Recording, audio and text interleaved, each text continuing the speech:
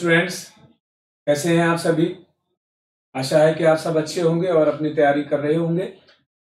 जैसा कि पिछले वीडियो में हमने आपसे कहा था और हमने एक टॉपिक शुरू किया था व्यक्तिगत विभिन्नता को लेकर के, इंडिविजुअल डिफरेंस, और वो हमने पार्ट 1 के रूप में हमारा वो वीडियो था।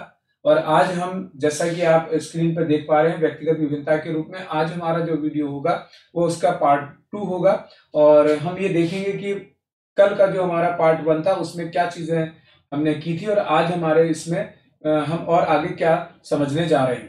तो ये वीडियो भी आपके लिए आपकी आगामी परीक्षा का एक महत्वपूर्ण पार्ट है, क्योंकि सभी प्रकार के एग्जाम्स में टेट, सीटेट और सुपर टेट में इस पर क्वेश्चंस रहते हैं। तो स्टूडेंट्स, आप इसको बहुत ध्यानपूर्वक देखेंगे, समझेंगे, और मुझे आशा है कि आप कॉपी और पेन लेकर के जरूर बैठेंगे, जिससे कि इसमें आने वाले जो महत्वपूर्ण बिंदु हैं उनको आप अपने पास लिख लेंगे। वैसे आपका ये अपना तरीका भी हो सकता है कि बहुत से स्टूडेंट्स लिखते नहीं है, अपना ऐसे ही समझ करके आप उसको आगे पीछे करके भी समझ कर सकते हैं। और तो चलेंगे और देखते हैं कि किस तरह से ये वीडियो आपके लिए फ्रूटफुल होने वाला है, आपके लिए लाभकारी होने वाला है। तो बढ़ते हैं आगे। और वही बात जो बराबर कहते रहते हैं, हमारी मेहनत को थोड़ा सा जो है आपसे कॉपरेशन चाहिए होता है, मोटिवेशन चाहिए होता है, और वो जो आप जानते हैं, लाइक, शेयर और सब्सक्राइब जरूर करें। इसे हमें सुझाव भी दें कमेंट्स करके, जिससे कि हम समझ सकें और उसके अनुसार उसमें जो अगर कमी लगती है उसको दूर करने का प्रयास करें। तो चलते हैं स्टूडेंट्स, व्यक्तिगत विभिन्नता के इस को समझेंगे। तो कल हम इस पर बात कर चुके हैं, ठीक है। तो स्लाइड्स को आगे बढ़ाएंगे, स्लाइड्स हमारी उसी में है, ये सब चीजें आप समझ चुके हैं, है ना।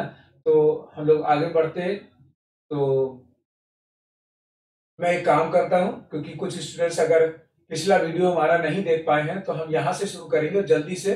तो ये व्यक्तिगत विभिन्नता है। प्रत्येक व्यक्ति अन्य व्यक्तियों से किसी न किसी आधार पर भिन्न होता है, चाहे वे एक ही माँ बाप की संतानें हो या ना हो। यहाँ तक कि जुड़वा बच्चे जो होते हैं वो भी कहीं ना कहीं बहुत सारी चीजों में असमान होते हैं। भले ही वो बाहर से शारीरिक रूप से, फिजिकली देखने में एक जैसे ही लगते हो, समानता पाई जाती हो, परंतु फिर भी इनमें कहीं ना कहीं भिन्नता होती है। तो स्टूडेंट्स, हम इस पर बहुत ज्यादा डिटेल में नहीं जाएंगे, क्योंकि कल हम इस पर वीडियो बना चुके हैं। तो जो स्टूडेंट्स हमारे साथ आज के इस वीडियो में जुड़ रहे हैं, मैं उनसे कहूंगा कि वो हमारा पिछला वीडियो इसी से संबंधित पार्ट 1 में है, आप पार्ट 1 को उसको देख लेंगे। यहाँ पर ध्यान देना है कि सर्वप्रथम व्यक्तिगत विभिन्नता पर अध्ययन करने वाले जो थे सर फ्रांसिस गाल्टन थे, जिन्होंने 1879 ईस्वी में हेरिडिटी जीनियस नाम की एक पुस्तक लिखी थी और इसमें व्यक्तिगत विभिन्नता के बारे में वर्णन किया था। चलेंगे हम लोग आगे, और इस तरह से पियर्सन आदि ये सब भी इस पर बात करते हैं। टाइलर ने इसके संबंध में कहा है कि शरीर के आकार, रूप, शारीरिक कार्य, गति, क्षमताओं, वृद्धि, उपलब्धि, ज्ञान, रुचियों, अभिव्यक्तियों और व्यक्तित्व के लक्षणों में मापी जा सकने वाली विभिन्नताओं को व्यक्तिगत विभिन्नता कहते हैं। तो इस तरह से व्यक्तिगत विभिन्नताएं इतने सारी चीजों से व्यक्ति के अंदर होती हैं और इनके अतिरिक्त भी होती हैं। टाइलर ने इतने सारी चीजों के साथ कहा है कि हर एक व्यक्ति इस आधार पर भिन्न होता है। बाकी चीजों पर हम बात नहीं करेंगे। इसके लिए जो स्टूडेंट्स अभी जुड़ रहे हैं, बाद में देख रहे हैं इस वीडियो को, वो हमारा पार्ट 1 देखेंगे। चलेंगे हम अगले की तरफ। और इस तरह से जो है व्यक्तिगत विभिन्नताओं के प्रकार है, आप इस पर हम लोग बात कर चुके हैं। आपको स्लाइड दिखाई दे रही है। शारीरिक भिन्नता होती है, व्यक्तिगत भिन्नता होती है, मानसिक भिन्नता होती है ना, सामाजिक, प्रजातीय, नैतिकता, धार्मिक और सांस्कृतिक भिन्नताएं होती है। इस आधार पर भी व्यक्ति एक दूसरे से भिन्न होते हैं, है ना। इसी तरह से ये शारीरिक भिन्नता है ना। इसके बाद मानसिक भिन्नता होती है, मानसिक गुणों के आधार पर, बौद्धिक क्षमता के आधार पर, रुचियों के आधार पर, स्मरण के आधार पर, सृजनात्मकता के आधार पर व्यक्ति भिन्न होता है। सामाजिक भिन्नता के आधार में बहुत से बच्चे संकोची होते हैं, बहुत से बच्चे जो है सर्वप्रिय होते हैं, सब दूसरों को सभी उनको प्यार करते हैं, कुछ संकोची होते हैं, अपने में रहते हैं। तो इस आधार पर भी व्यक्तिगत विभिन्नताएं पाई जाती हैं। हम चलेंगे अगले की तरफ। व्यक्तिगत विभिन्नता, है ना, इसके अंतर्गत अंतर्मुखी बालक आते हैं।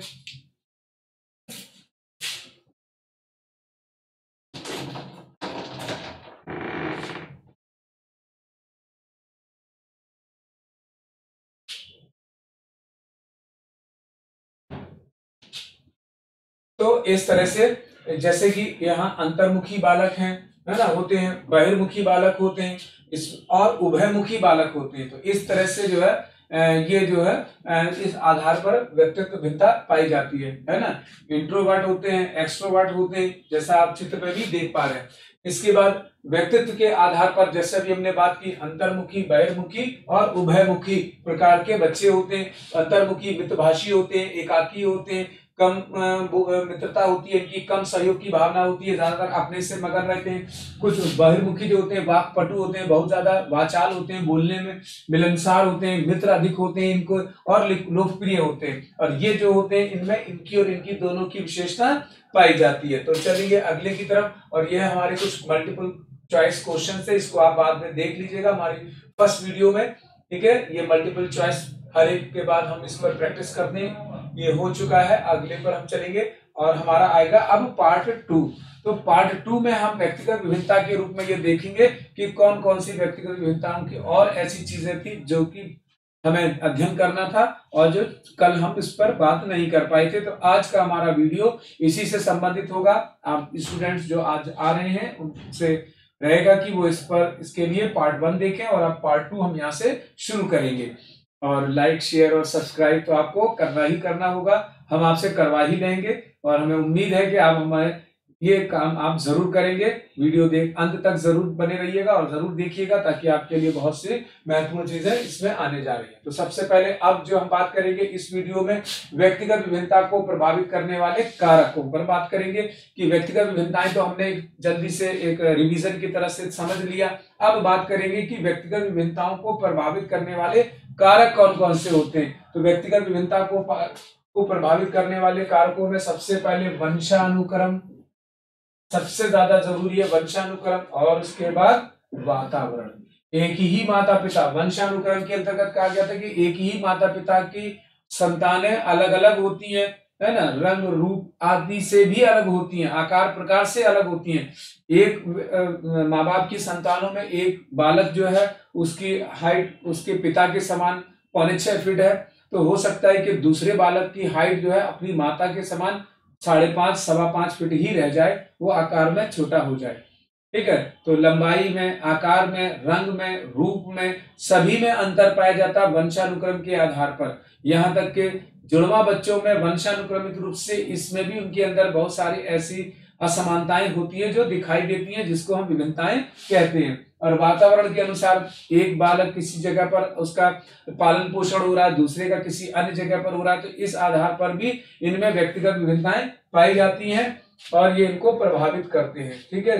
अब आगे देखेंगे कि कैसे। तो यहाँ पर इसको समझने की कोशिश करेंगे कि वंशानुक्रम और वातावरण, हेरिडिटी एंड एनवायरनमेंट किस तरह से बच्चे के विकास को प्रभावित करते हैं। तो सबसे पहले वंशानुक्रम और वातावरण के रूप में बात करेंगे तो व्यक्तिगत विभिन्नता प्रभावित होती है इन दो से, लेकिन इनके साथ साथ ये और भी हैं। जैसे बुद्धि, हर एक बच्चे की बुद्धि अपनी अर्जित योग्यताओं के आधार पर अलग अलग होती है। हर एक बच्चे की बुद्धि अपनी अर्जित योग्यताओं के आधार पर अलग अलग होती है। स्टूडेंट्स, मैं एक बात आपको कहना चाहता हूं कि हमारा जो ये वीडियो का जो तरीका है, इसमें जो हमारे स्लाइड्स होती हैं इनमें बात अपने आप में पूर्ण हो चुकी होती है, ये डायग्राम्स बेस्ड होती है, इसलिए इस पर बहुत ज्यादा बातें लिखी नहीं जा सकती। हमारा उद्देश्य होता है कि यहाँ आकर के आपके सामने इस वीडियो में उन चीजों को समझा दिया जाए या बताया जाए। तो बुद्धि के आधार पर व्यक्तिगत भिन्नता, तो जैसा बिने एवं साइमन ने बुद्धि का मापन करके बुद्धि लब्धि द्वारा, IQ द्वारा हर एक स्तर को अलग अलग बताया। तो कोई प्रतिभाशाली बालक होता है ना, कोई जो है अच्छा मतलब के सामान्य बालक होता है, कोई पिछड़ा बालक होता है। तो इस तरह से अपनी अपनी बुद्धि के आधार पर सभी व्यक्ति अलग पहचान में आते हैं। पृष्ठभूमि, हर एक का बैकग्राउंड अलग अलग होता है, इस आधार पर हर बच्चा अपने आप में अलग होता है। एक शिक्षक को अपनी कक्षा के लिए इन चीजों को जानना और रखना, उसके पास इसका ज्ञान बहुत आवश्यक होता है। इसलिए आपको आपके जो विषय है, जो सिलेबस है, उसका विषय का उसमें इसके बारे में बात की जा रही है। तो अध्यापक बनने जा रहे हैं आप, तो अध्यापक के लिए इसकी जानकारी आवश्यक होती है। तो पृष्ठभूमि के आधार पर बच्चा किस बैकग्राउंड से आता है, आर्थिक आधार पर, सामाजिक आधार पर, है ना, और उसके निवास स्थान के आधार पर, आदि आदि के आधार पर। लिंग भेद के आधार पर व्यक्तिगत भिन्नता प्रभावित होती है।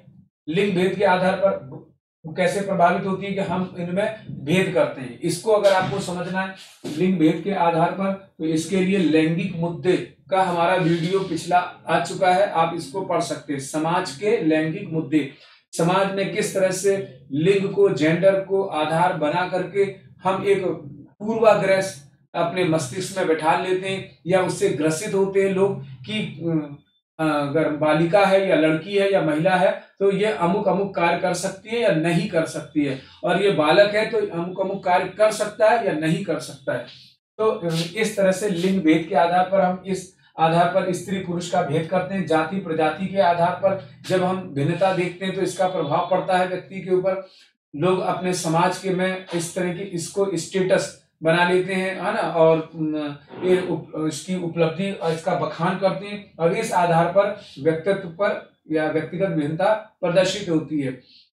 कोई ऊंची जाति का है तो वो अपने हिसाब से अपने आप को प्रदर्शित करता है, जो निम्न जाति का होते हैं वो अपने आप को निरीह मान लेते हैं, कमजोर मान लेते हैं, तो वो अपना हाव भाव, बातचीत और साथ साथ उनका जो गेटअप होता है, जो उनकी वेशभूषा होती है, वो वैसे ही बन जाती है ना। इसी तरह से शिक्षा, शिक्षित व्यक्ति और अशिक्षित व्यक्ति के रूप में भी हम भिन्नता देखते हैं। तो इसलिए शिक्षा व्यक्तित्व को प्रभावित करती है, व्यक्तित्व भिन्नता को प्रभावित करती है, क्योंकि शिक्षित व्यक्ति अपने आप में उसी तरह से बातचीत करता है, उसी तरह से वार्तालाप के साथ साथ उसके जो है उसका व्यवहार होता है, तो ये, और अशिक्षित व्यक्ति उसी अनुसार करता है।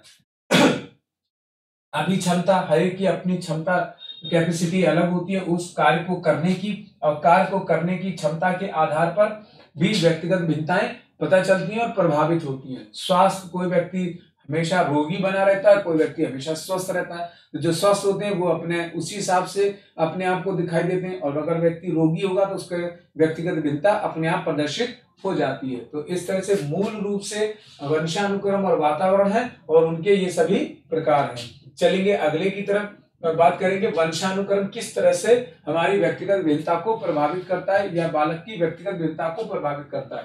तो व्यक्तिगत भिन्नता का एक प्रमुख कारण क्या है, तो वंशानुक्रम है ना। और गाल्टन, पियर्सन, टर्मेन आदि मनोवैज्ञानिकों ने यह सिद्ध किया कि वंशानुक्रम काफी सीमा तक शारीरिक, मानसिक और व्यक्तित्व संबंधी भिन्नताओं के लिए उत्तरदायी होता है।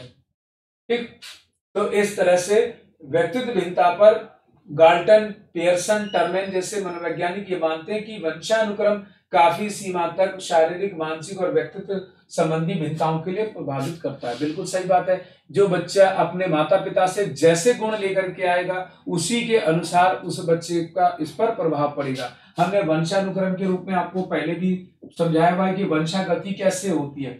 वंशागति के लिए आपको बताया हुआ है कि ये कितनी पीढ़ी तक जाती है। तो ये अगर पहली पीढ़ी है तो इसमें पिता के आधे और इस बच्चे में माता के आधे गुण आते हैं। इस तरह से इसकी गति बढ़ती चली जाती है।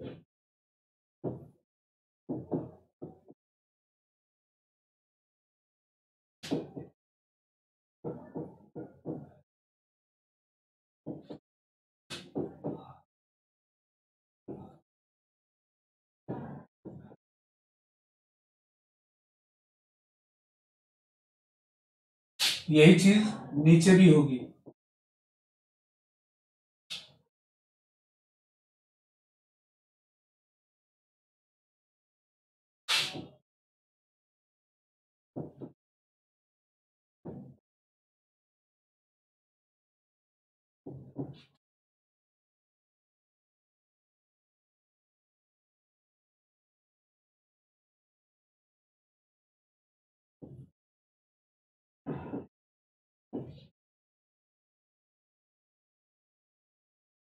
तो एक बच्चे में अपने माता और पिता से वंशानुक्रम रूप से उसका शारीरिक, मानसिक और व्यक्तिगत भिन्नता किस गति से प्रभावित करती है।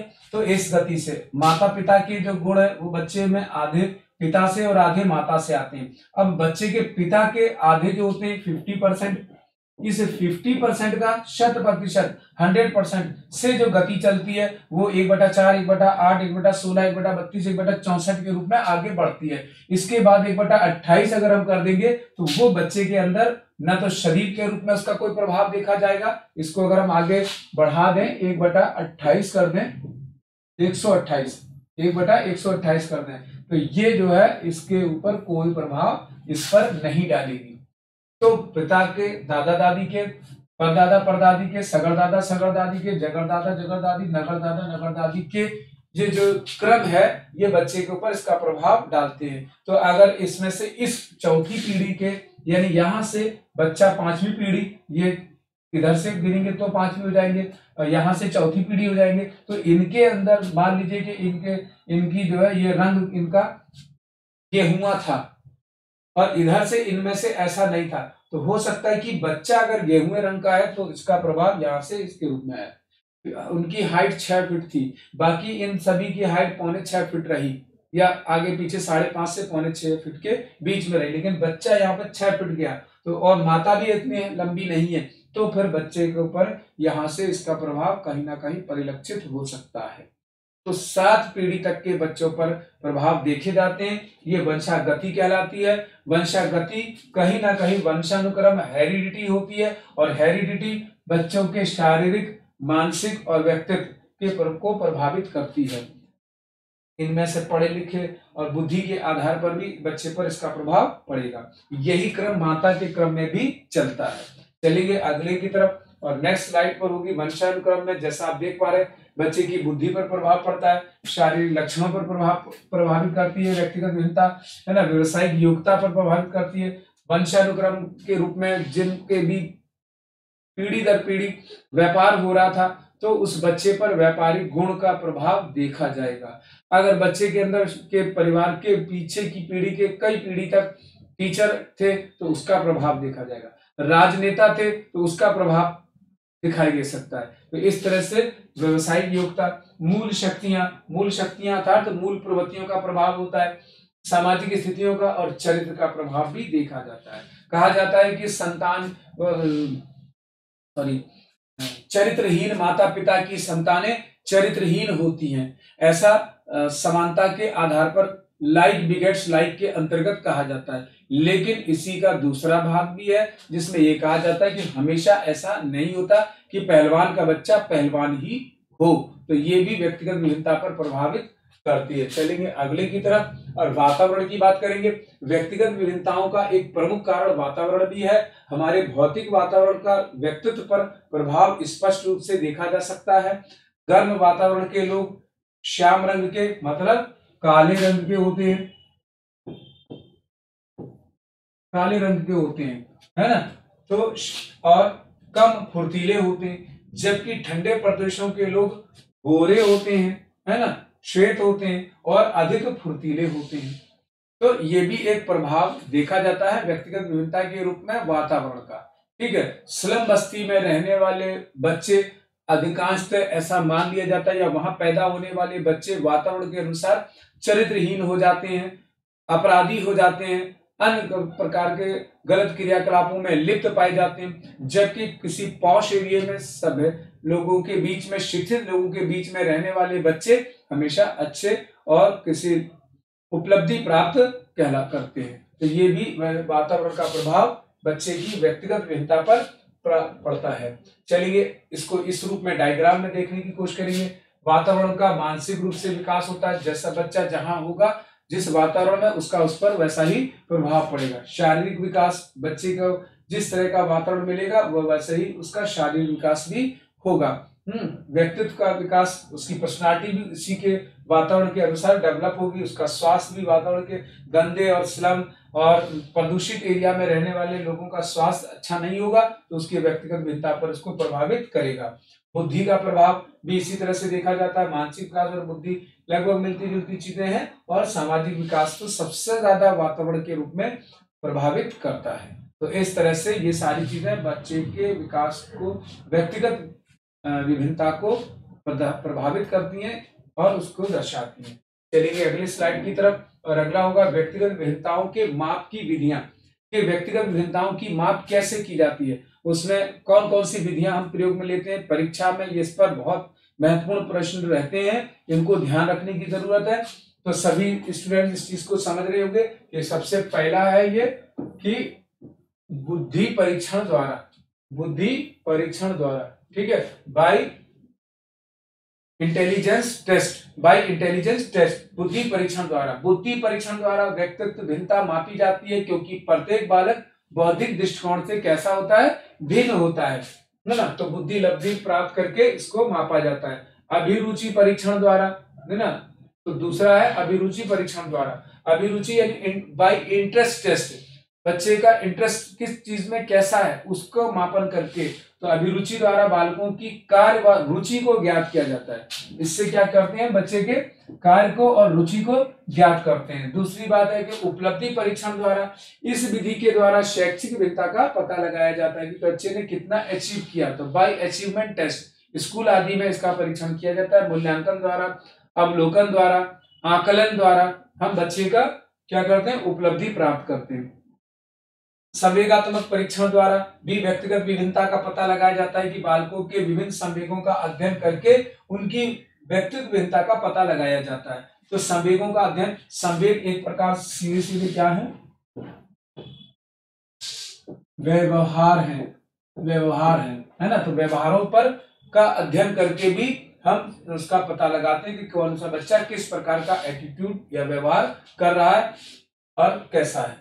व्यक्तित्व परीक्षण द्वारा, व्यक्तित्व परीक्षण करके, व्यक्तित्व परीक्षण के 3 प्रमुख प्रकार है, आत्मनिष्ठ विधि, वस्तुनिष्ठ विधि, प्रक्षेपण विधि, अप्रक्षेपण विधि। इसके बहुत सारे अलग रूप होते हैं। इसको व्यक्तित्व वाले उसमें हम लोग और समझने की कोशिश करेंगे, कैट, रैट, सेट, है ना, इत्यादि। प्रश्नावली विधि द्वारा, साक्षात्कार विधि द्वारा, फीडबैक द्वारा, प्रोफाइल द्वारा, पोर्टफोलियो द्वारा, इस तरह से बच्चों के इस तरह से व्यक्तित्व परीक्षण द्वारा हम इसका पता लगाते हैं, ठीक है।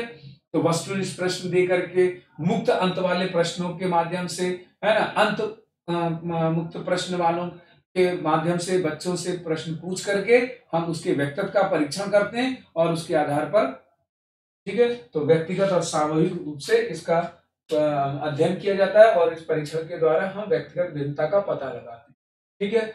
आगे बढ़ेंगे और ये तरीके हैं व्यक्तिगत विभिन्नताओं के मापन को, उसको हमने डायग्राम से बताने की कोशिश की है। जो बात स्लाइड पर डिटेल में लिखी है, अगर वो आप नहीं याद कर पा रहे हैं, बहुत सारी चीजें होती हैं, इससे तो हम लोग काफी कोशिश करते हैं कि कम शब्दों में बात को कहा जाए। ये आप जानते हैं कि सब्जेक्ट जो है, विषय जो है, थ्योरी से पर बेस्ड रहता है, तो फिर भी इसको डायग्राम में ला करके इसको समझने की कोशिश करते हैं। तो सबसे पहले व्यक्तिगत प्रविधि द्वारा, यानी कि केस हिस्ट्री मेथड्स द्वारा बच्चे की हिस्ट्री पता करके व्यक्तिगत विभिन्नता का पता लगाया जा सकता है कि अमुक बालक दूसरे बालक से किस आधार पर भिन्न है। 2 सगे भाई हैं तो उनमें किस तरह का अंतर है। संचयी अभिलेख पत्र द्वारा, कलेक्टिव रिकॉर्ड्स कार्ड के द्वारा, है ना, या पेपर के द्वारा। तो संचयी अभिलेख, ये सारी विधियां आपको बता दें, व्यक्तित्व के लिए, निर्देशन और परामर्श के लिए, खासकर निर्देशन के लिए, है ना, व्यक्तिगत विभिन्नता के लिए प्राप्त यानी प्रयोग में लाई जाती हैं। तो इस तरह से वही चीजें जो आप दूसरी जगह पढ़ते हैं, यहाँ पर भी यही विधि प्रयोग में ली जा रही है। इसी तरह से अवलोकन द्वारा, ऑब्जर्वेशन करते हैं हम, किसी भी व्यक्ति को देख करके ही बता देंगे कि ये अलग है, ये अलग है। उसके हेयर स्टाइल से, उसकी आंखों के कलर से, उसके वेशभूषा से, उसके अन्य क्रियाकलापों को देख करके बताया जा सकता है कि अमुक व्यक्ति ऐसा है। तो ऑब्जर्वेशन के थ्रू, स्केल, एक रेटिंग स्केल होता है, उसके द्वारा बच्चे के बारे में जानकारी लेकर के हम इसको पता कर सकते हैं। परीक्षण टेस्ट करके भी हम ऐसा कर सकते हैं। परीक्षण कैसे करेंगे, बुद्धि परीक्षण द्वारा, अभिरुचि परीक्षण द्वारा। बुद्धि परीक्षण करते हैं कैसे, बुद्धि लब्धि यानी आईक्यू प्राप्त करके, इंटेलिजेंस क्वेश्चन के थ्रू। बेने एवं साइमन ने जो तरीका बताया बुद्धि लब्धि प्राप्त करने का तरीका आपको पता है ना। बुद्धि लब्धि कैसे प्राप्त की जाती है,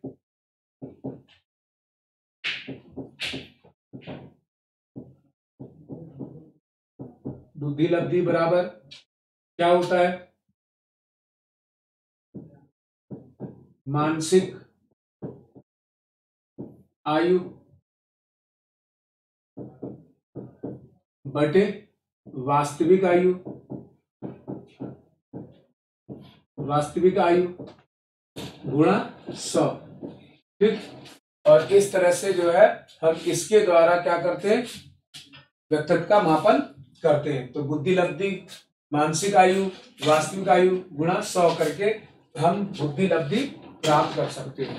ठीक है, ये इसका क्या होता है, सूत्र होता है। अभिरुचि परीक्षण द्वारा इसके लिए कुछ प्रश्नावली तैयार की जाती है, कुछ है ना साक्षात्कार के द्वारा अभिरुचि, उसका इंटरेस्ट पूछा जाता है, एक सूची होती है, उसके माध्यम से प्रश्न पूछ के किया जाता है। व्यक्तित्व परीक्षण में प्रक्षेपण विधि और अप्रक्षेपित विधि, जिसमें प्रश्नावली, साक्षात्कार, वस्तुनिष्ठ प्रश्न आदि पूछ करके, जैसा अभी पिछले उसमें हमने स्लाइड पर देखा उसी के तरह। हाँ, अप्रक्षेपित विधि में भी हम जैसे रोशा का धब्बा स्याही परीक्षण के थ्रू भी हम इन सब चीजों को कर सकते हैं, है ना। तो अब इसको दूसरे शब्दों में कहते हैं अंतर्बोध परीक्षण द्वारा। अंतर्बोध परीक्षण द्वारा भी हम व्यक्तित्व का मापन करते हैं। अभिक्षमता परीक्षण द्वारा, हाँ, उसकी जो कैपेसिटी है, कार्य करने की क्षमता जो है उसके अनुसार, वर्क कैपेसिटी के अकॉर्डिंग। उपलब्धि परीक्षण द्वारा शैक्षिक उपलब्धियां, बच्चे का शैक्षिक रिकॉर्ड देख करके भी इसके बारे में पता किया जा सकता है कि अमुक बच्चा दूसरे बच्चे से किस प्रकार से भिन्न है। चलेंगे अगले स्लाइड की तरफ, और नेक्स्ट स्लाइड होगी व्यक्तिगत भिन्नताओं के अध्ययन का शिक्षा में क्या महत्व है। ये जो हम इतनी सारी बातें कर रहे हैं, इसका शिक्षा के क्षेत्र में क्या महत्व है, हम इसको देखते हैं। तो शिक्षा के क्षेत्र में क्या महत्व है, इस पर बात करेंगे कि रूसो के अनुसार बालक एक ऐसी पुस्तक के समान है जिसका अध्ययन करके ये पता चल सकता है कि बालक की व्यक्तिगत क्षमताएं क्या है ना, और वह दूसरे बालकों से किस प्रकार भिन्न है, वह दूसरे बालकों से किस प्रकार भिन्न है या अलग है। उदाहरण के लिए कक्षाओं में प्रायः सभी प्रकार के बालक उपस्थित रहते हैं, जिनमें से कुछ बालकों की उपलब्धि 90 से कम होती है, यानी औसत होती है, और जबकि कुछ बालकों की बुद्धि लब्धि 130 से अधिक होती है, यानी प्रतिभावान बालक होते, प्रतिभाशील बालक होते, एक्स्ट्रा ऑर्डिनरी होती है उनके अंदर, एक्सीलेंट होते हैं वो, ऐसे शब्दों का प्रयोग करते हैं। अतः उन्हें शिक्षा देते समय इन बातों का ध्यान रखना चाहिए और उसी के अनुसार हमें बच्चों को शिक्षित करना चाहिए। अधिगम की प्रक्रियाओं को सरलतम रूप में सफल व संपन्न करने के लिए प्रत्येक छात्र को उसकी आवश्यकता, रुचि एवं योग्यता के अनुसार उचित अधिगम वातावरण उपलब्ध कराया जा सकता है। ठीक है, तो इस तरह से जो है हम इस आधार पर बच्चे के व्यक्तिगत विविधता का शिक्षा में महत्व होता है, जो कि रूसो के शब्दों में बिल्कुल स्पष्ट हो जाता है। अगली स्लाइड की तरफ चलेंगे कि मनोवैज्ञानिक के आधार पर अधिगम कैसे कराया जाएगा व्यक्तिगत विभिन्नता के आधार पर। तो संवेगात्मक विभिन्नताओं को के आधार पर अधिगम कराया जाएगा बच्चों को, उनकी संवेगात्मक विभिन्नताएं देखी जाएंगी, बच्चे का व्यवहार कैसा है उसके अनुसार, है ना। बच्चा लगनशील है, अपने काम को बहुत ध्यान से, कक्षा में बहुत ध्यान से पढ़ता है, बच्चा भ्रमित रहता है, इधर उधर उसका ध्यान जाता है, इस आधार पर, है ना। मानसिक भिन्नताओं के आधार पर अधिगम कराया जाता है, अभिरुचि भिन्नताओं के आधार पर अधिगम कराया जाता है, सफलता के अनुभव के आधार पर अधिगम कराया जाता है, ईश्वर शक्ति, बच्चे की मेमोरी पावर कैसी है ना, उसके अनुसार भी बच्चा अधिगम करता है या सीखता है। शैक्षिक उपलब्धियों के आधार पर अधिगम, बच्चे की अपने जो उसके शैक्षिक उपलब्धियां होती हैं, रिकॉर्ड्स होते हैं, उनके आधार पर बच्चे को अधिगम कराया जाता है ना, उसके अचीवमेंट के थ्रू। अभिवृत्ति के आधार पर उसकी जो अपनी अभिवृत्ति होती है, उसका जो अपना व्यवहार होता है, एटीट्यूड होता है, उसके आधार पर आदतें जो होती हैं, इस आधार पर बच्चे को व्यक्तिगत विविधता का ध्यान रखते हुए उसको शिक्षण कार्य कराया जाता है। अभी क्षमता के आधार पर बच्चा किस तरह से अपने कार्य को करने में सक्षम है, इस आधार पर बच्चे के लिए शिक्षण व्यवस्था की जाती है। इसीलिए व्यक्तिगत विभिन्नता का अध्ययन आवश्यक है या जरूरी है। ठीक है, चलिए अगली स्लाइड की तरफ, और नेक्स्ट स्लाइड होगी शारीरिक भिन्नताओं के आधार पर अधिगम। आयु की भिन्नता के आधार पर अधिगम, शारीरिक परिपक्वता के आधार पर अधिगम, स्वास्थ्य के आधार पर अधिगम, विकार के आधार पर अधिगम, शारीरिक क्षमता के आधार पर अधिगम। तो जब शारीरिक भिन्नताओं के आधार पर करते हैं तो हम हर एक बच्चे की आयु को देख करके उसका लर्निंग कराते हैं, उसको सिखाते हैं। ये व्यक्तिगत विभिन्नता के अंतर्गत आता है। शारीरिक परिपक्वता, बच्चा शरीर से कितना मैच्योर हो चुका है, कितना परिपक्व हो चुका है, उसके आधार पर उसका अध्ययन कराया जाता है। स्वास्थ्य के आधार पर बच्चा स्वस्थ है या अस्वस्थ है, विकार उसके अंदर क्या बुराइयां कमियां हैं उसके आधार पर, और शारीरिक क्षमता के आधार पर। और अगले पर चलेंगे जल्दी से, व्यक्तिगत विविधता और शिक्षा। व्यक्तिगत विविधता और शिक्षा का क्या महत्व है, ये आपके लिए जानना बहुत जरूरी है। तो क्रो एंड क्रो ने इसके बारे में कहा है कि क्योंकि हमें व्यक्ति विशेष को पढ़ाना होता है, किसे पढ़ाना होता है? व्यक्ति विशेष को पढ़ाना होता है ना। हर बालक अपने आप में क्या होता है? विशिष्ट बालक होता है, तो हर एक बच्चे को विशेष रूप से पढ़ाना होता है। अतः व्यक्तियों के समूह को नहीं, है ना, व्यक्तियों के समूह को नहीं, है ना। तो इसलिए विद्यालय का ये कर्तव्य हो जाता है कि वो अपने बजट, अध्यापकों, कर्मचारियों, है ना, कर्मचारियों और वह पाठ्यक्रम संबंधी सीमाओं का ध्यान रखते हुए प्रत्येक विद्यार्थी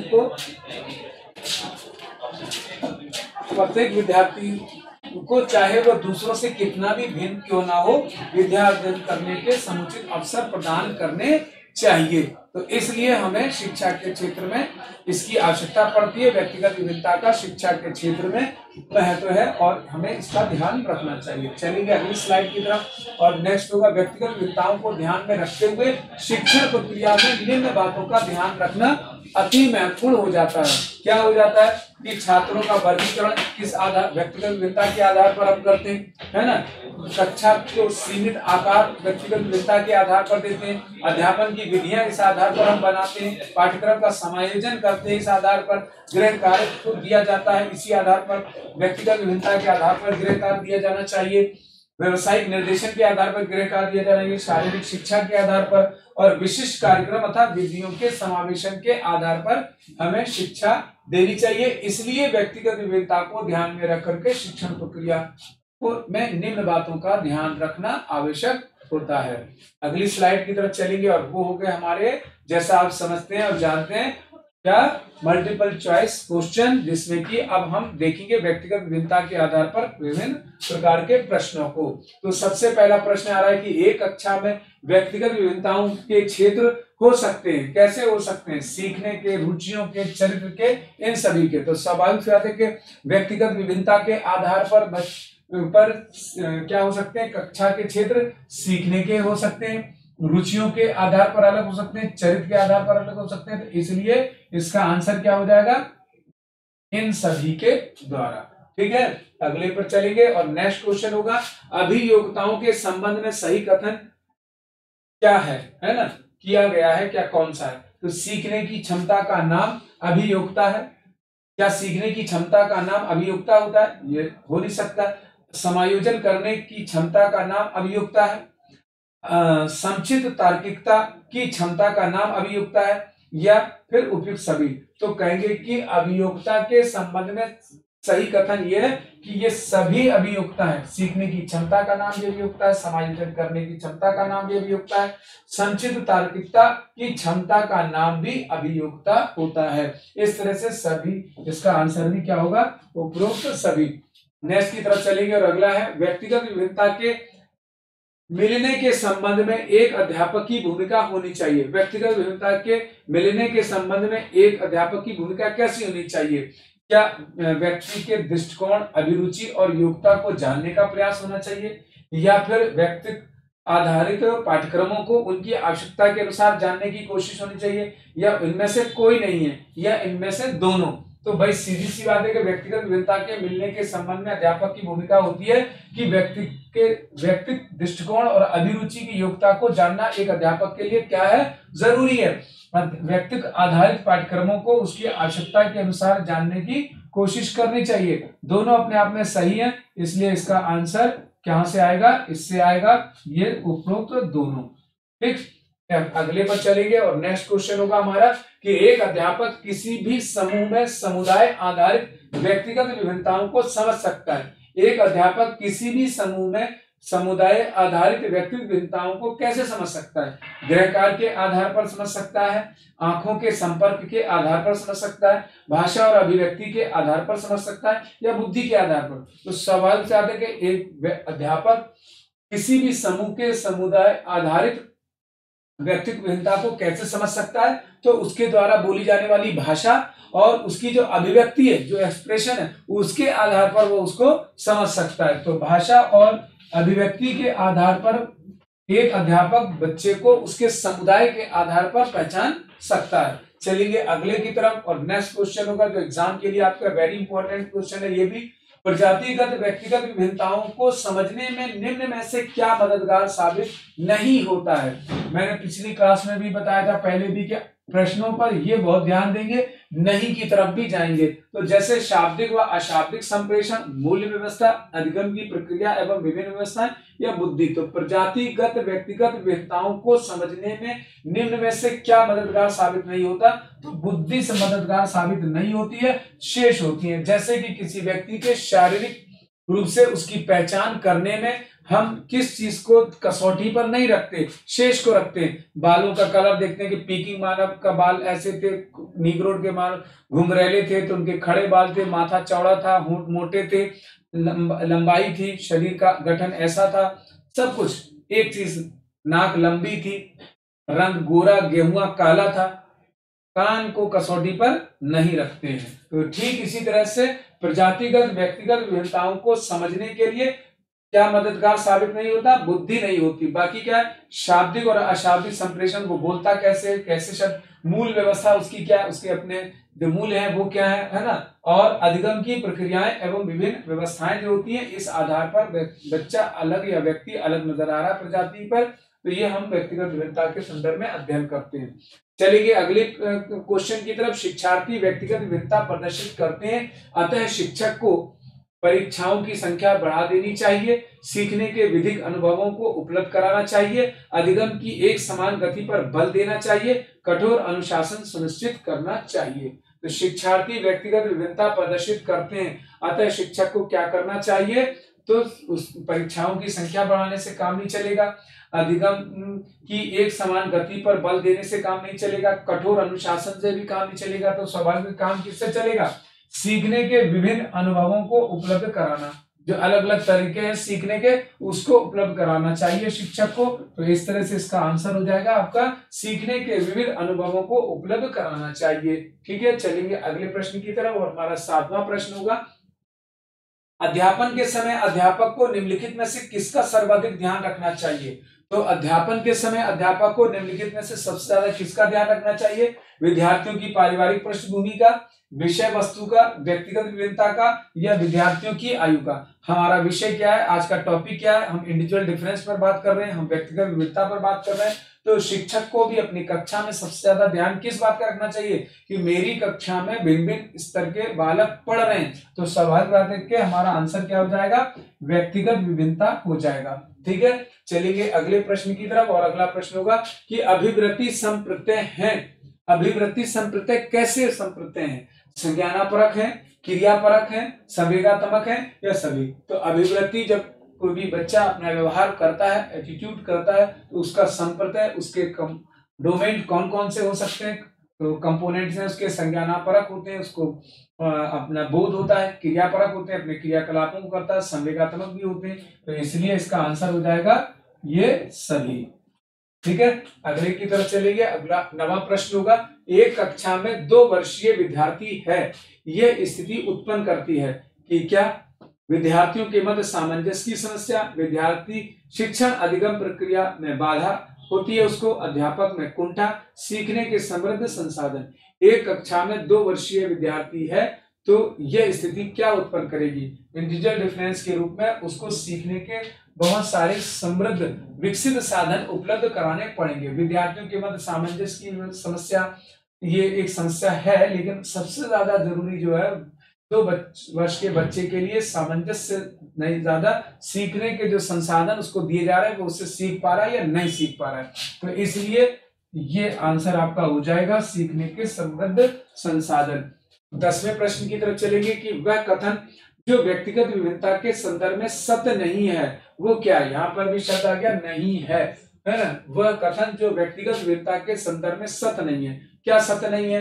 व्यक्ति विशेष कोटि में भिन्न होते हैं, तो भाई कोटि में तो भिन्न होते ही होते हैं, अलग अलग भी तो जब प्रजाति के लोग होते हैं तो कोटि में तो भिन्न होते हैं। व्यक्ति विशेष कारक, व्यक्ति विशेष प्रकार व कोटि दोनों में भिन्न होते हैं, ये भी बात सही है। प्रकार में भी भिन्न होते हैं, कोटि में भी भिन्न होते हैं।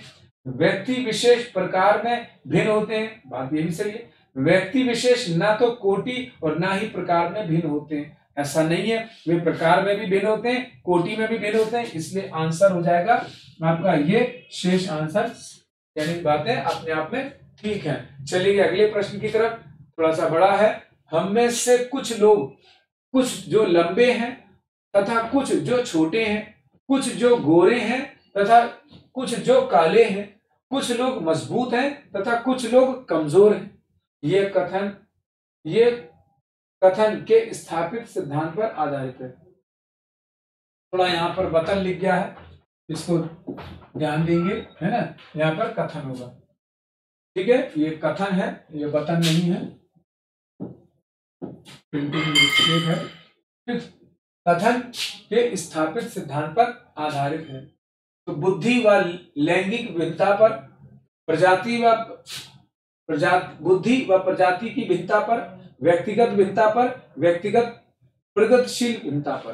फिर से वचन, हम में से कुछ लोग जो लंबे हैं, कुछ जो छोटे हैं, कुछ जो गोरे हैं, कुछ जो काले हैं, कुछ जो मजबूत हैं, कुछ जो कमजोर हैं। स्वाभाविक बात है, यहाँ पर सबको हम क्या कर रहे हैं, अलग अलग कर रहे हैं, वर्गीकृत कर रहे हैं। तो जब हम अलग अलग कर रहे हैं, वर्गीकृत कर रहे हैं, तो क्या हो रहा है, स्वाभाविक सी बात यह है कि इसमें ये हमको व्यक्तिगत विभिन्नता की तरफ ले जा रहे हैं, व्यक्तिगत विभिन्नता को प्रदर्शित कर रहे हैं। और अगला प्रश्न होगा हमारा अध्ययन की, यह हमारा अंतिम प्रश्न होगा।